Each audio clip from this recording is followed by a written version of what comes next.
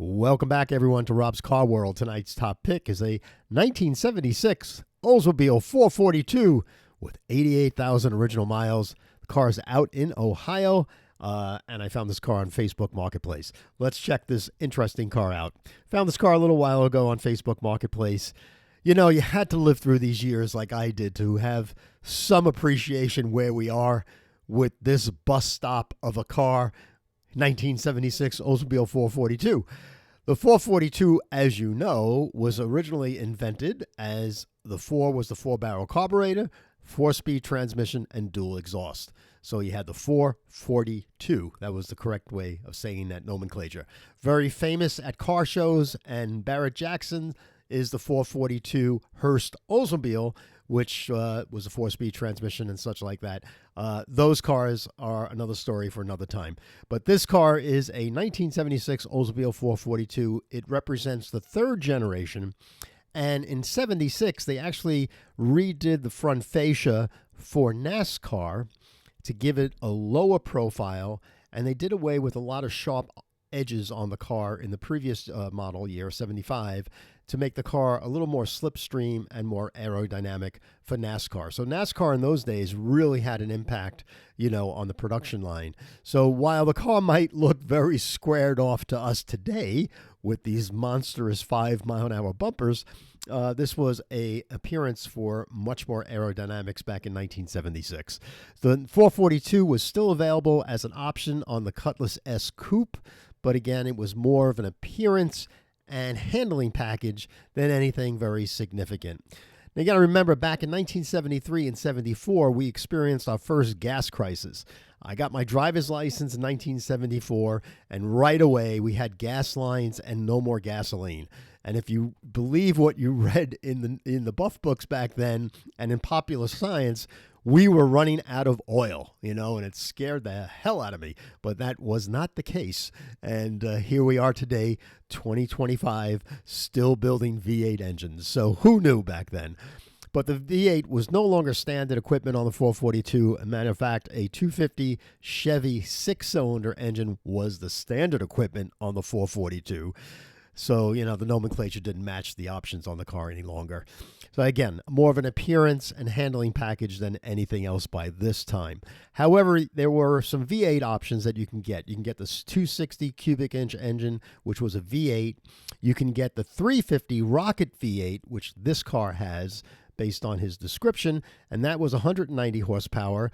Or you can get the last year, 76 was the last year of the 455 V8 engine that looks really cool when you open up the hood, but only got you 190 horsepower.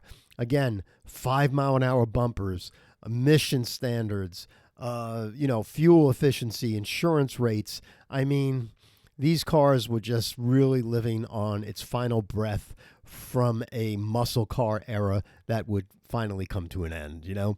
But it still resonates something really nice because this car still has a V8 engine, rear-wheel drive. This one in particular has Krager wheels, which I really like. It has a nice look. And what's nice about this car, when we read the description, it says that I'm selling my 1976 442. He says they were only 9,500 made this year. I kind of checked that out, but it didn't come back that way, but I'm not sure. But he says he's owned this car since 1978 as the second owner. So that's kind of cool. When you can buy a car from the almost original owner that has owned this car since 1978, he's got a really nice story to talk about this car and give you a lot of history. And that in itself, to me, drives more of a premium in the marketplace. Now, he's asking $17,500, and I'm sure many of you would say, hey, Rob, I find these on Craigslist for $9,000 or $8,000. Well, maybe you do. But I don't think they'll be as in nice condition as this car, but you could be right as well. I don't know every car that's out there, but I think this car is definitely worth about $14,000, $15,000. Let's dive into the actual car and just talk about it a bit. There's not much really to tear apart. He does say that the car was repainted. He's got all the right graphics on the car. Believe it or not, that's what they did. Back in the 70s, pinstriping was a big deal. You had guys going to the dealerships and pinstriping cars for $125 option on the window sticker, and that's what this car has, a lot of that. He's got seat covers on the front seats. I'm hoping that they're there to protect the front seats and the seats don't need to be replaced, but they might be in poor shape, and he just put those covers on that car. The dashboard looks very correct. I don't see any gouges or anything like that or cracks. Has a center console, which is really nice. So everything looks very original-ish on the dash. I don't know if these are speakers up here, but something over there doesn't look correct on the front dashboard. But then again, it just may be the lighting. The rear seats look fine. The door panels look in nice shape. So again, this car looks to be garage kept. Oh, you know what this has?